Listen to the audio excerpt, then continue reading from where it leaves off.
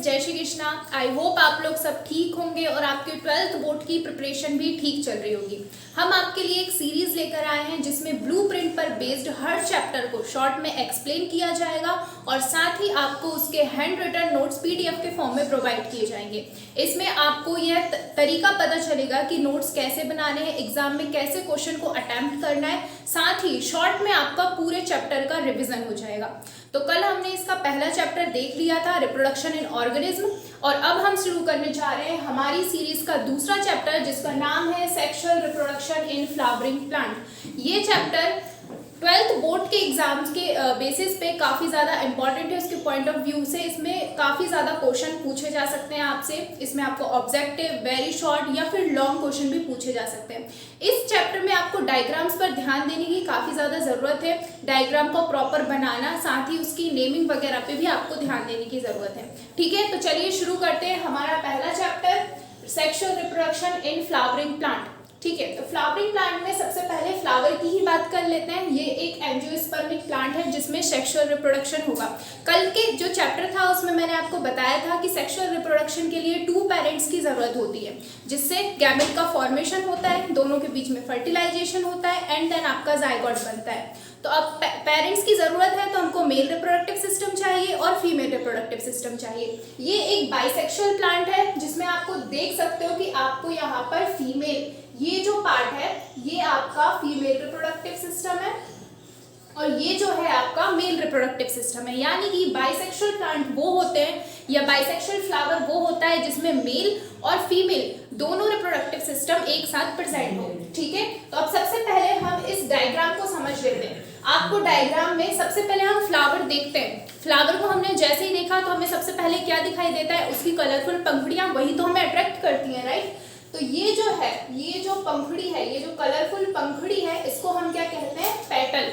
इसको हम पेटल कहते हैं और हिंदी में क्या कहेंगे, इसको पंखुड़ियां ही कहेंगे, राइट। उसके बाद जो है हमको यहाँ देखने मिल रहा है ये वाला पार्ट, फ्लावर के नीचे ग्रीन ग्रीन पार्ट होता है। जो ग्रीन ग्रीन पार्ट है उसे हम क्या कहेंगे, उसे कहते हैं हम सेपल।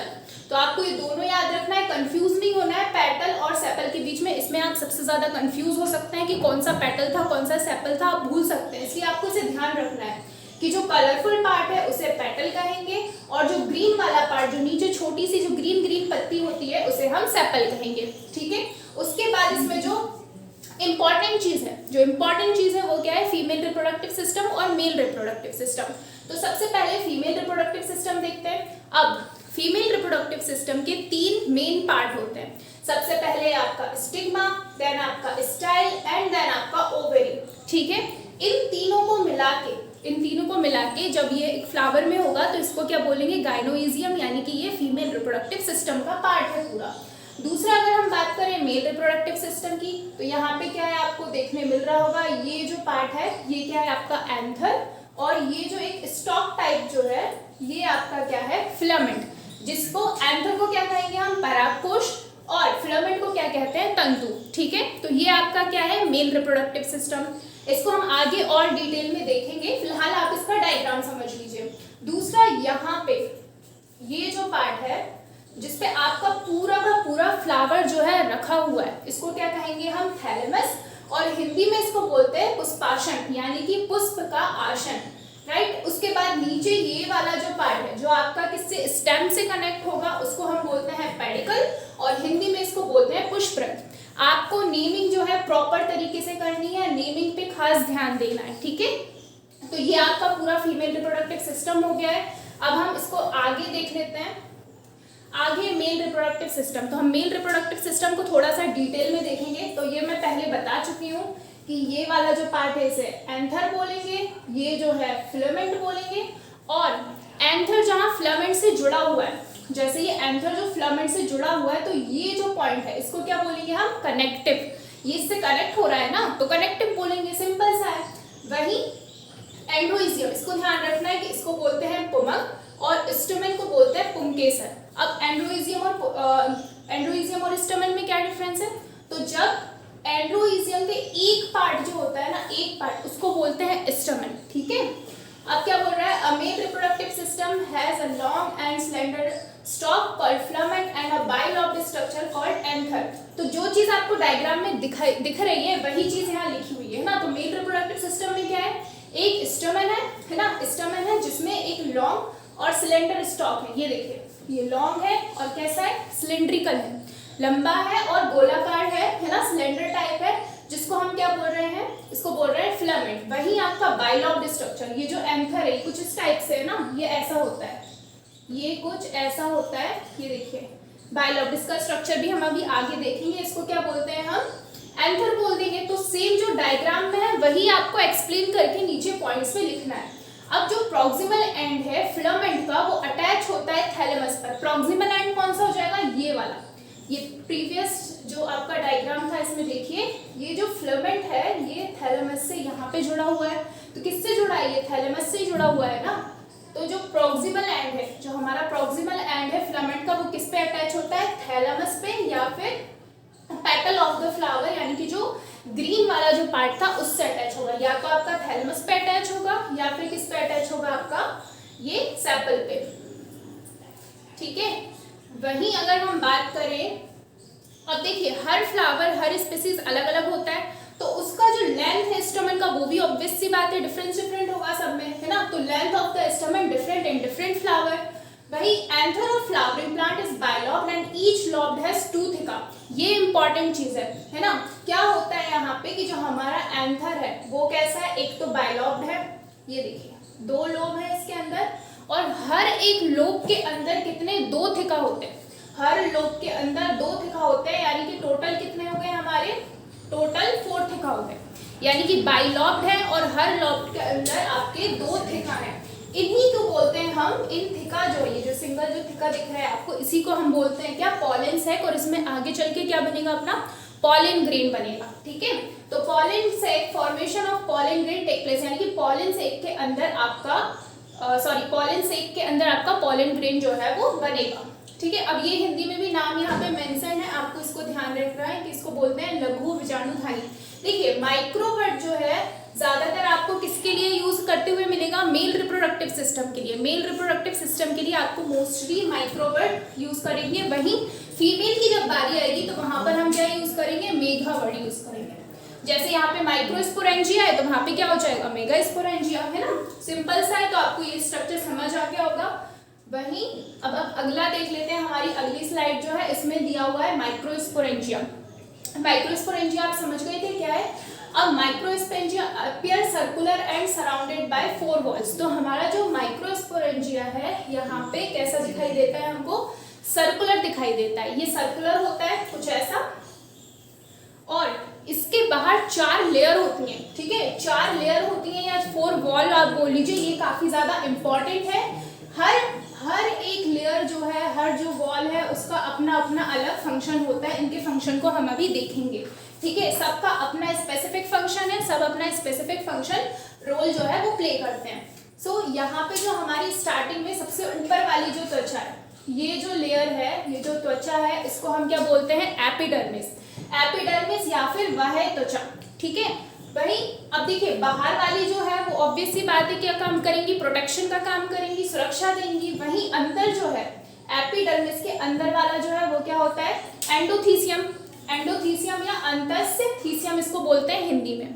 ठीक है, उसके अंदर वाला जो है उसे मिडिल लेयर कहते हैं, यानी कि मध्य परत। और सबसे अंदर जो है, सबसे अंदर और सबसे इंपॉर्टेंट पार्ट जो है वो क्या है आपका, टैपेटम। आपको ये जरूर ध्यान रखना है टैपेटम का रोल क्या होता है, ये क्या करता है। ठीक है ना, टैपेटम का रोल यहाँ पे मैंने सब लिख दिया है पॉइंट बाय पॉइंट। आपको इसको मैं अभी एक्सप्लेन कर देती हूँ और आपको इसे बहुत ध्यान से सुनना है। ठीक है, अब ये वाले जो है हेल्प इन डेहिसेंस, डेहिसेंस में हेल्प करते हैं। इसका क्या मतलब है, तो देखिए आपका जो ये था, ठीक है, ये बाइलॉब्ड है एंड इसके अंदर आपके 2 थिका है। अब पॉलन ग्रेन बन गया, मान लीजिए कि इसके अंदर आपका पॉलन ग्रेन बन गया। अब इस पॉलन ग्रेन को बाहर निकलना भी तो होगा, बाहर निकलना होगा तो इसे यहाँ से ब्रेक करना होगा। जब ये पॉइंट जो है ब्रेक होगा, इसी को बोलते हैं डेहिसेंस, यानी कि डेहिसेंस वहां से टूटकर वो पॉलन ग्रेन बाहर निकल रहा है। तो आपका ये जो है प्रोटेक्शन का काम करते हैं, साथ ही किसमें, डेहिसेंस में हेल्प करते हैं। ठीक है, वही टैपेटम के जो रोल है, टैपेटम का क्या रोल है, सबसे पहले तो ये इनर मोस्ट लेयर है माइक्रोस्पोरेंजिया का। ये तो देखने में ही समझ आ रहा है कि भाई सबसे अंदर वाली है तो ये क्या होगी, इनर मोस्ट होगी, ऑब्वियस सी बात है। वहीं ये नरिश करती है डेवलपिंग पॉलन ग्रेन को। जब यहाँ पे पॉलन ग्रेन बन जाएगा तो इसको क्या करेगी, ये नरिश करेगी, ठीक है। अभी tapetum possess dense cytoplasm have more than one nucleus. अब इसको क्या करना है, पॉलन ग्रेन को नरिश करना है, ठीक है। तो इसके पास क्या होना चाहिए, एक तो आपका होना चाहिए साइटोप्लाज्म और दूसरा होने चाहिए इसके पास ज्यादा न्यूक्लियस। जब इसके पास खुद ज्यादा होगा तभी तो वो दूसरों को देगा ना। वहीं थर्ड जो पॉइंट है वो है tapetum play important role in formation of exine. अब ये एक इंपॉर्टेंट चीज है एग्जाइम, इसके बारे में हम अभी देखेंगे कि एग्जाइम क्या है। पॉलन ग्रेन के अंदर ये वाला जो पार्ट है, इस पार्ट को हम क्या बोलते हैं, एग्जाइम कहते हैं, ठीक है। इसके स्ट्रक्चर को हम अभी देखेंगे आगे, ठीक है। उससे पहले हम ये पूरा क्लियर कर लेते हैं पहले कि है क्या। तो देखो ये हमने देख लिया, पहले क्या देखा हमने, ये डायथिकस था, ये जो है आपका डायथिकस है और इसके ऊपर जो लेयर है, सबसे बाहर वाली लेयर क्या थी आपकी, एपिडर्मिस, उसके अंदर एंडोथीसियम है ना, उसके अंदर क्या है, मिडिल लेयर है। मिडिल लेयर इनर मोस्ट याद रखना है, इनर मोस्ट कौन सा है आपका, टैपेटम है ना। तो सबसे पहले एपिडर्मिस, एपिडर्मिस बाहर की है तो एपिडर्मिस, उसके बाद एंडोथीसियम, उसके बाद मिडिल लेयर और उसके अंदर टैपेटम। साथ साथ में आपको याद भी करते जाना है अभी। और उसके बाद टैपेटम के अंदर जो ये जो चीज है, ये क्या है आपका, स्पोरोजिनस टिश्यूज है। ये स्पोरोजिनस टिश्यूज है, यही आगे चल के इन्हीं टिश्यूज से क्या बनने वाला है आपका, पॉलन ग्रेन बनने वाला है। तो ये टिश्यू काफी ज्यादा इंपॉर्टेंट है। देखो यहाँ पे भी लिखा भी है कि sporogenous tissue capable of giving rise to microspore tetrad. अब माइक्रोस्पोर टेट्राड क्या है, यही पॉलन ग्रेन आगे जाके बनाते हैं। होता क्या है आपका, ये स्पोरोजिनस टिश्यू है, मान लीजिए टिश्यू है, ये डिवाइड करेगा है ना, ये डिवाइड करके ऐसे एक टेट्राड बना लेता है, इसको बोलते हैं हम क्या, माइक्रोस्पोर टेट्राड है ना। अब ये जो है बाद में ये अलग अलग होंगे, जब ये ऐसे डिवाइड हो जाएंगे तो ये क्या हो जाएगा आपका सिंगल वाला, एक सिंगल को हम क्या कह देंगे, पॉलन ग्रेन बोल देंगे। लेकिन पहले जब ये साथ थे, ये जब साथ थे तब हम इसको क्या कह रहे हैं, टेट्राड कह रहे हैं, है ना। वही फॉर्मेशन ऑफ, सेकंड पॉइंट क्या है हमारा, formation of microspore from sporogenous tissue of pollen mother cell is called microsporogenesis. देखिए यहाँ पे एक वर्ड आ रहा है जेनेसिस, इस वर्ड का मतलब आप समझ लीजिए हमेशा काम आएगा। जहाँ पे भी जेनेसिस वर्ड आ जाए इसका मतलब होता है कि कुछ बन रहा है। अब यहाँ पे क्या है, माइक्रोस्पोरोजेनेसिस, माइक्रो का मतलब बताया था अभी, माइक्रो का वर्ड कहाँ पे यूज होता है, मेल के लिए यूज होता है। और मेल के स्पोर बनना, मेल का स्पोर बन रहा है, क्या फॉर्मेशन, माइक्रोस्पोर से मेल के स्पोर्स बनेंगे, ऑब्वियस सी बात है। स्पोरोजिनस टिश्यू है आपका, ठीक है, स्पोरोजिनस टिश्यू, और इसी को क्या कहते हैं, पॉलन मदर सेल्स।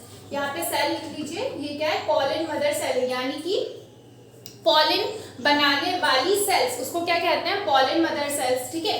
वहीं आपका थर्ड पॉइंट जो है वो क्या है कि microspore formed as a microspore tetrad. ये मैं आपको पहले ही बता चुकी हूँ कि आपके जो माइक्रोस्पोर बनेंगे ये किस फॉर्म में बनेंगे, टेट्राड के फॉर्म में बनेंगे। अब ये टेट्राड अलग अलग टाइप के हो सकते हैं, जैसे आपका मोनोकॉट, मोनोकॉट में जो है आपका आइसोबाइलेटरल होता है। वहीं अगर हम डाइकॉट की बात करें तो इसमें टेट्राहेड्रल होता है। ये कैसा है, ये तो आपको समझ में आ रहा होगा। आइसोबाइलेटरल कैसा है, सिंपल सा है, ये चार आपके माइक्रोस्पोर पास पास में रखे हुए हैं, इसको आपने क्या बोल दिया, आइसोबाइलेटरल। वहीं टेट्राड की बात करें तो ये टेट्राड कैसा होता है कि आपके तीन तो जो है, तीन माइक्रोस्पोर ऐसे, वहीं एक जो है इसके ऊपर रखा हुआ है, इसको क्या बोलोगे आप, टेट्राहेड्रल, है ना। ये आपका देखने मिलता है, आइसोबाइलेटरल जो है देखने मिलता है मोनोकॉट में, और टेट्राहेड्रल आपको देखने मिलता है डाइकॉट में, ठीक है। नेक्स्ट हम देख लेते हैं, नेक्स्ट क्या है आपका, पॉलन ग्रेन।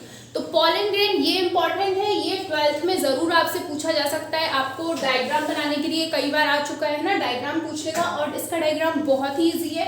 आपको करना क्या है, एक सर्कल बनाना है जो आपका क्या हो जाएगा, इंटाइन हो जाएगा। वहीं इसके ऊपर की जो लेयर है, ये लेयर जो है स्पोरोपोलिन की बनी हुई होती है, आपको याद रखना है। कई की बनी होती है, ये स्पोरोपोलिन की बनी हुई होती है, ये आपको याद रखना है। और इसको क्या कहेंगे हम, स्पोरोपोलिन, ठीक है, स्पोरोपोलिन।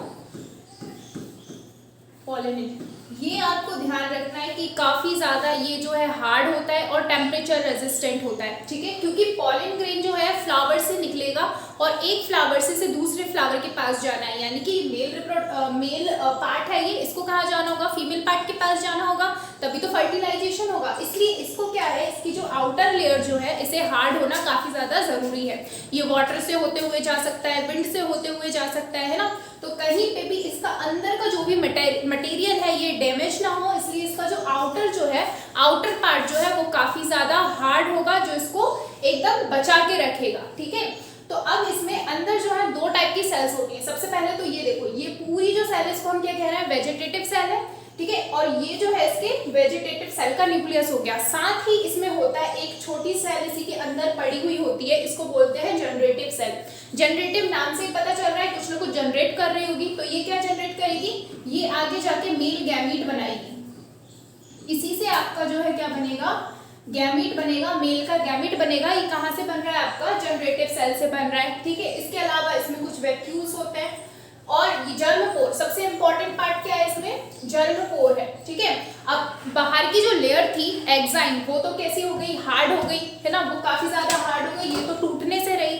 अब लेकिन इसको तो निकलना होगा ना, जो हमारा जनरेटिव सेल से जो मेल गैमेट बन रहा है उसको तो निकलना है। अब वो कहाँ से निकलेगा, तो उसके लिए यहाँ पे एक ये थोड़ी, जहाँ पे एक्साइन नहीं होता, जहाँ पे एक्साइन नहीं होता, स्पोरोपोलिन डिपोजिट वहाँ पे नहीं होता, उस जगह से क्या होगा, ये यहाँ से आपका जनरेटिव सेल्स से जो मेल गैमेट बनेंगे वो निकल जाएंगे, है ना। तो ये पूरा इसका स्ट्रक्चर है, आपको बहुत इजी सा स्ट्रक्चर है, आपको सिंपली बना देना है, अच्छे से मेंशन करना है। और अगर एक्सप्लेन करने के लिए आ जाए, ठीक है, ये तो डायग्राम है, अगर एक्सप्लेन करने आ जाए, थ्योरी भी तो लिखनी होगी, तो अब ये जो सारी बातें, यही सारी बातें आपको थ्योरी के रूप में लिख देनी है ना। अगर हिंदी मीडियम वाला बच्चा है तो वो हिंदी में पूरा एक्सप्लेन करके लिख देगा, और इंग्लिश वाला है तो इंग्लिश में लिख देगा। करना क्या है, आपको एक्साइन लिख देना है, एक्साइन का फंक्शन क्या है वो बता देना है, इंटाइन क्या होता है वो बता देना है, जर्मपोर का फंक्शन मैंने आपको बता दिया है, जर्मपोर का फंक्शन क्या है तो आप वो बता देंगे।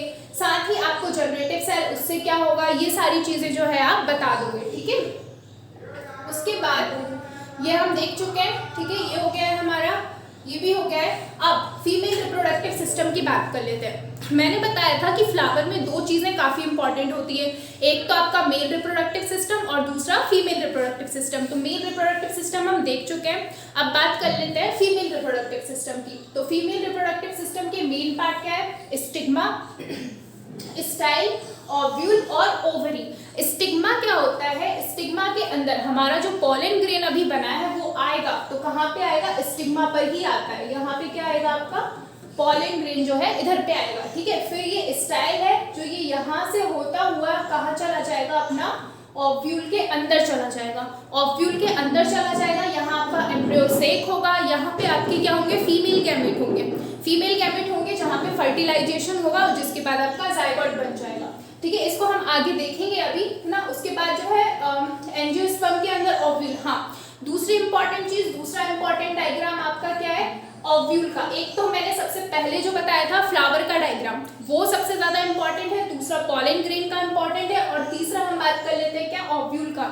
ये भी काफी ज्यादा पूछा जाता है, ये भी बहुत सिंपल सा है, आपको अभी कॉम्प्लिकेटेड दिख रहा होगा, लेकिन अभी इसको एक्सप्लेन करेंगे तो काफी ज्यादा ईजी लगने लगेगा। इसमें कुछ भी नहीं है, बस जैसे कि ये था, ये क्या पार्ट है अपना, ओवरी है, इसके अंदर क्या है, ये ओव्यूल है ना। तो इस ओव्यूल के अंदर अब देखो, ये जो स्ट्रक्चर है, ये वाला जो पार्ट है, ये पार्ट किससे अटैच होगा, यहाँ से कहीं ना कहीं से अटैच तो होगा ना ओवरी से। तो ये जो अटैच होता है, इस पार्ट को क्या बोलते हैं हम, फ्यूनिकल बोलते हैं। ये क्या हो जाएगा, आपका फ्यूनिकल हो जाएगा। ठीक है, वही ये वाला जो पार्ट है, ये अंदर का जो है, इससे जो अटैच हुआ है, फ्यूनिकल से जो अटैच है, यहाँ पे जो पॉइंट है इसको बोलते हैं हाइलम। वही जहां से आपका मेल गैमेट एंटर करेगा, मेल गैमेट आएगा ना, यहाँ से होते हुए स्टिग्मा, स्टिग्मा से होते हुए स्टाइल, स्टाइल के बाद ओवरी से ओव्यूल में जाएगा। तो अब ये जाएगा कहाँ से, अब इसके बाहर तो इतनी सारी लेयर है, ये देखो, ये जो लेयर है, ये आउटर और इनर लेयर, इनको बोलते हैं इंटेग्यूमेंट्स। ठीक है, तो इन लेयर से तो जाने से रहा, तो ये कहाँ से जाता है, फिर ये इस पॉइंट से जाता है, इस पॉइंट से एंटर करेगा क्या, आपका मेल गैमेट। इसको क्या बोलते हैं हम, माइक्रोपाइल। ये वाला एंड जो है इसका माइक्रोपाइल हो जाएगा। वही सिंपल सा याद रखना है, बस एक आउटर लेयर होती है और इनर लेयर होती है, जिसे इंटेग्यूमेंट्स बोलते हैं। वही आपका इसको बोलते हैं न्यूसेलस। न्यूसेलस से ही जो है आगे चल के आपका जो फीमेल गैमेट जो है वो बनना होता है। ठीक है, ये आपका एम्ब्रियो सेक हो गया, और होता है चलाज़लैंड। इन सब के फंक्शन हम देखेंगे अभी। अब आपको हिंदी में भी नाम याद रखने हैं, जो हिंदी मीडियम के बच्चे हैं उनको, जो फ्यूनिकल है उसको बोलते हैं हम विजांड ग्रंथ, माइक्रोपाइल को क्या कह देंगे, उसको बोलेंगे विजांड द्वार, ठीक है, और इंटेगुमेंट्स को बोलते हैं आवरण, और जो एम्ब्रियोसेक है, एम्ब्रियोसेक जो है इसको बोलते हैं भ्रूणकोश, ठीक है। तो ये आपका क्या हो गया, ये आपका ओव्यूल का डायग्राम कंप्लीट हो गया है यहाँ पे। अब आगे देख लेते हैं आगे क्या है, ये इंपॉर्टेंट चीज है यहाँ पे एकदम। हमने क्या देखा, हमने न्यूसिलस देखा था, न्यूसिलस की सेल्स जो है अब डिवाइड होंगी, जो फंक्शनल न्यूसिलस की सेल्स जो होंगी वो डिवाइड होंगी, और इनसे आपका आगे चल के फीमेल गैमेट बनने वाले हैं, और भी कुछ सेल्स बनती हैं जिनके नाम हम देखेंगे। तो सबसे पहले होगा क्या, आपका एक फंक्शनल मेगास्पोर होगा। मैंने बताया था पहले माइक्रोबड किसके लिए यूज किया था, माइक्रोबड यूज किया था मेल के लिए, और जो फीमेल है उसके लिए हम क्या यूज करेंगे, हम बट यूज करेंगे मेघा का। तो मेगा स्पोर, जो फंक्शनल मेगा स्पोर होंगे वो क्या करेंगे, अब डिवाइड करेंगे। डिवाइड किस प्रोसेस से करेंगे, माइटोसिस प्रोसेस से करेंगे। माइटोसिस कैसी होती है, इक्वेशनल डिवीजन होती है, इसमें आपका इक्वल बनेगा। अगर आपका पहले हैप्लॉइड है तो बाद में भी कैसा बनेगा, हैप्लॉइड ही बनेगा, है ना। तो ये माइटोसिस से डिवाइड होगा। अब एक सेल से दो सेल्स बने, और ये दो सेल से आगे चल के फिर से इनमें डिवीजन होगा। माइटोसिस दो बार होगा, तो आपका क्या होगा, यहाँ पे भी 4 सेल्स बन जाएंगे, और नीचे जो है यहाँ पे भी 4 सेल्स बन जाएंगे। अब इसके बाद ये इंपॉर्टेंट चीज जो याद रखने वाली बात है वो है इनका अरेंजमेंट, कि ये अरेंज कैसे होंगे। एक सेल, एक एम्ब्रियोसेक के अंदर इतनी सारी सेल्स बन तो गई, लेकिन अब कौन सी सेल्स कहाँ पे रहेगी, ये ज्यादा इंपॉर्टेंट है, और यहीं से क्वेश्चन आता भी है। इनके नाम भी आपको जो है याद रखने हैं। देखो अब होगा क्या, जो 4 सेल्स इधर पे बन गई थी, इनमें से दो सेल्स जो है आपकी सेंटर में आ जाएंगी, वहीं 3 सेल्स ऊपर की तरफ अरेंज हो गई, और 3 सेल्स नीचे की तरफ अरेंज हो गई। अब ये जो 3 ऊपर वाली सेल्स है इनको हम बोलते हैं एंटीपोडल सेल्स। क्या कहते हैं इनको, इनको कहते हैं एंटीपोडल सेल्स। यहाँ अगर समझ नहीं आ रहा हो तो मैंने यहाँ लिख दिया है, इसको एंटीपोडल सेल्स बोलेंगे, इसको याद रखना है, और हिंदी में इसको बोलते हैं प्रतिव्यसान कोशिका, ठीक है। ये 3 होती है, नंबर भी याद रखने हैं आपको कि कौन से सेल्स के नंबर कितने हैं। वही सेंटर वाली जो है इसको हम बोलेंगे पोलर न्यूक्लियाई या फिर ध्रुवीय केंद्रक। वही जो नीचे वाली जो है इनमें जो है इस टाइप से अरेंज होती हैं, ये कुछ ऐसे, ये देखिए। तो ये जो है, ये जो साइड वाली जो सेल्स हैं, ये वाली और ये वाली, इन दोनों के कहते हैं, इनको कहते हैं सिनर्जिड। इस सेल्स को बोलेंगे सिनर्जिड। वही जो अंदर वाली जो आपकी सेल है, जो ये वाली जो है, इसको बोलते हैं एग, ठीक है। अब मेल गैमेट जो आएगा, वो उसका फर्टिलाइजेशन देखिए कैसे होगा। एक तो जो है आपका इस एग से मिल जाएगा, ठीक है। इस एग से एक मेल गैमेट, जो जनरेटिव सेल्स था, जनरेटिव सेल में भी डिवीजन होगा। जनरेटिव सेल से क्या बनेंगे, 2 मेल गैमेट बनेंगे। ये 2 मेल गैमेट कहाँ से, स्टिग्मा से स्टाइल, और स्टाइल से ओवरी से होते हुए ओव्यूल के अंदर आएंगे। ओव्यूल में भी कहाँ पे, माइक्रोपाइल से अंदर आएंगे, ठीक है। और उनमें से एक जो न्यूक्लियस है, एक जो गैमेट है, जो मेल गैमेट है, वो किससे फर्टिलाइजेशन हो जाएगा, उसका एग के साथ, ठीक है। वहीं जो दूसरा कहाँ चला जाएगा आपका, इस पोलर न्यूक्लियाई के पास चला जाएगा, ठीक है। अब यहाँ पे क्या हो गया, ये देखिए 3 मिल गई, ये 2 पहले से थे और एक ये, तो ये क्या हो गया आपका ट्रिपल फ्यूजन। इसे क्या कहोगे, इसे कहोगे आप ट्रिपल फ्यूजन। ये आपका हो जाता है ट्रिपल फ्यूजन। इसके ऊपर भी क्वेश्चन पूछा जा सकता है कि आपका जो मेल गैमेट आया है वो किससे मिला, जिससे आपका ट्रिपल फ्यूजन हो गया है ना। तो ये किससे आके मिला है, आपका पोलर न्यूक्लियाई से आकर के मिला है आपका मेल गैमेट, राइट। ये आपको समझ आ गया होगा। अब अगला जो देखते हैं, एक और इम्पॉर्टेंट चीज, सबसे इम्पॉर्टेंट, एग्जाम में जो है 12th के एग्जाम में बेसिकली आपसे क्या डिफरेंस काफी ज्यादा पूछे जाते हैं। आपसे डिफरेंस डायग्राम वाले जो क्वेश्चन होते हैं वो काफी ज्यादा पूछे जाते हैं, और ये काफी इजी होता है, कंपेयर करना आपके लिए काफी आसान हो जाएगा, है ना। तो यहाँ पे होता है सेल्फ पॉलिनेशन और क्रॉस पॉलिनेशन।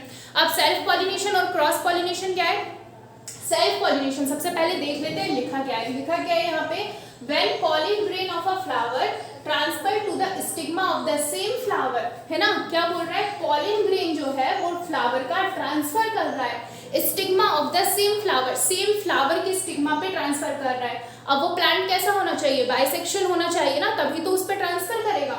और another flower born on the same plant, यानी कि या तो एक ही प्लांट हो, है ना, ये आपका एक प्लांट है जिसके अंदर आपका मेल फीमेल रिप्रोडक्टिव सिस्टम है और मेल रिप्रोडक्टिव सिस्टम है। यहाँ से आपका पॉलन ग्रेन निकला और यहाँ पे चला गया, ठीक है, ये आपका क्या हो गया, सेल्फ पॉलिनेशन हो गया, खुद से हो गया ना। वहीं अगर हम बात करें किसकी, another flower of the same plant, एक ही प्लांट है मान लीजिए और इस प्लांट के अंदर ये एक फ्लावर इधर है, एक फ्लावर इधर है, अब इधर से इधर चला गया, तो ये भी तो सेल्फ पॉलिनेशन ही हुआ ना, क्योंकि हमारा प्लांट तो चेंज हुआ नहीं है, तो ये आपका सेल्फ पॉलिनेशन हो जाएगा। सिंपल सी डेफिनेशन है, when pollen grain of a flower transfer to the stigma of the same flower or another flower born on the same plant, इसको क्या कहेंगे हम, सेल्फ पॉलिनेशन कहेंगे। वही क्रॉस पॉलिनेशन की बात करें तो क्रॉस पॉलिनेशन में क्या हो जाएगा, अब तो हमारा प्लांट चेंज हो जाएगा, उसी को तो क्रॉस पॉलिनेशन कहेंगे ना। तो pollen grain of a flower transfer to another flower of different plant, यहाँ पे ये याद रखना है कि डिफरेंट प्लांट है और यहाँ पे क्या है आपका सेम प्लांट है। याद रखने वाली बात क्या है, सेल्फ पॉलिनेशन किस में होगा, सेम प्लांट के बीच में होगा, और क्रॉस पॉलिनेशन जो है वो किस में होगा, डिफरेंट प्लांट में होगा, ठीक है। अब सेल्फ पॉलिनेशन हो रहा है एक ही फ्लावर के अंदर से, उसको जाने कितना है, यहाँ से यहाँ तक ही तो जाना है, इसके लिए क्या उसको किसी चीज की रिक्वायरमेंट होगी, नहीं, वो क्या होगा, एजेंट जो है, क्या आपको यहाँ से यहाँ तक ले जाने के लिए कोई एजेंट की जरूरत है, एजेंट क्या हो जाएंगे आपके, एजेंट कुछ भी हो सकता है, आपका विंड हो सकता है, वाटर हो सकता है ना, या फिर जो कुछ भी मधुमक्खी वगैरह जो फ्लावर के ऊपर बैठे रहते हैं, बीज वगैरह, वो भी हो सकते हैं। वो क्या करते हैं, एक फ्लावर के ऊपर बैठते हैं, ठीक है, वहां से क्या करते हैं, वो अपना शहद वगैरह जो भी लेते हैं, उनको जो मटेरियल चाहिए, नेक्टार लेते हैं, वैसे वो लेकर के क्या करेंगे, जाएंगे दूसरे फ्लावर के ऊपर बैठेंगे। तो अब उनसे जब बैठते हैं, वो जब एक फ्लावर के ऊपर बैठेंगे तो उनमें क्या होगा, पॉलन ग्रेन उनसे चिपक जाएंगे। अब ये पॉलन ग्रेन जब वो दूसरे फ्लावर के पास जाएंगे तो वहां पे गिर जाएंगे, तो वो क्या हुआ, वो बीज जो हुई, जो मधुमक्खी हुई, वो क्या हो गई, आपकी एजेंट हो गई, जिसने क्या किया, पॉलिनेशन किया। तो क्या इसमें इसकी कोई जरूरत पड़ेगी, नहीं, इसमें कोई जरूरत नहीं होती। वहीं क्रॉस पॉलिनेशन की बात करें तो यहाँ पे आपको एक एजेंट की जरूरत होगी जो आपका क्या करेगा, क्रॉस पॉलिनेशन करेगा, ठीक है। वहीं जनरली व्हाइट होते हैं। अब ये समझने वाली बात होती है कि ये व्हाइट क्यों है और ये कलरफुल क्यों है।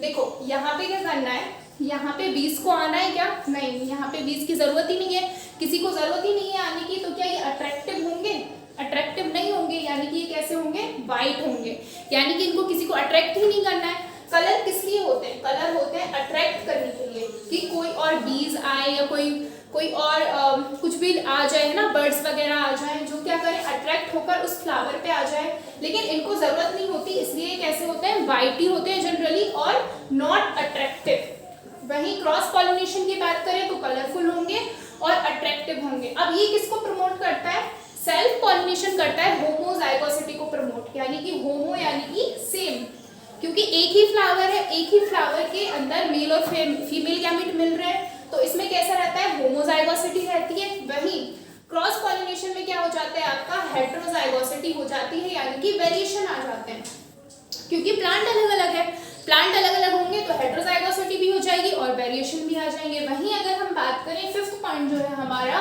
वो है बाइसेक्सुअल। अब बाइसेक्सुअल मैंने बताया था आपको कि एक ही फ्लावर के अंदर या एक ही प्लांट के अंदर मेल और फीमेल गैमेट दोनों होने चाहिए, उसे क्या कहते हैं हम, बाइसेक्सुअल कहते हैं। तो अब सेल्फ पॉलिनेशन के लिए बाइसेक्सुअल होना उसका जरूरी है। और फिफ्थ पॉइंट जो है वो क्या है कि फ्लावर जो है बाइसेक्सुअल भी हो सकते हैं और यूनिसेक्सुअल भी हो सकते हैं, ठीक है। तो ये आपका सबसे यहाँ पे खत्म हो गया है।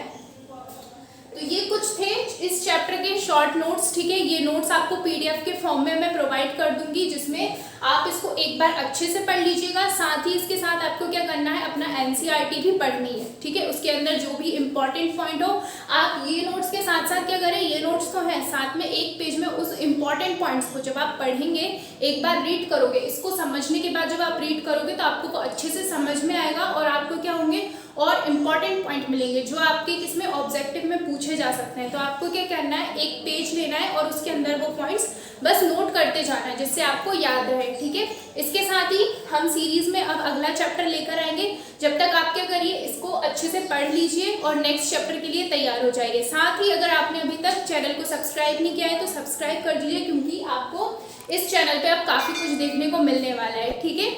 Thank you.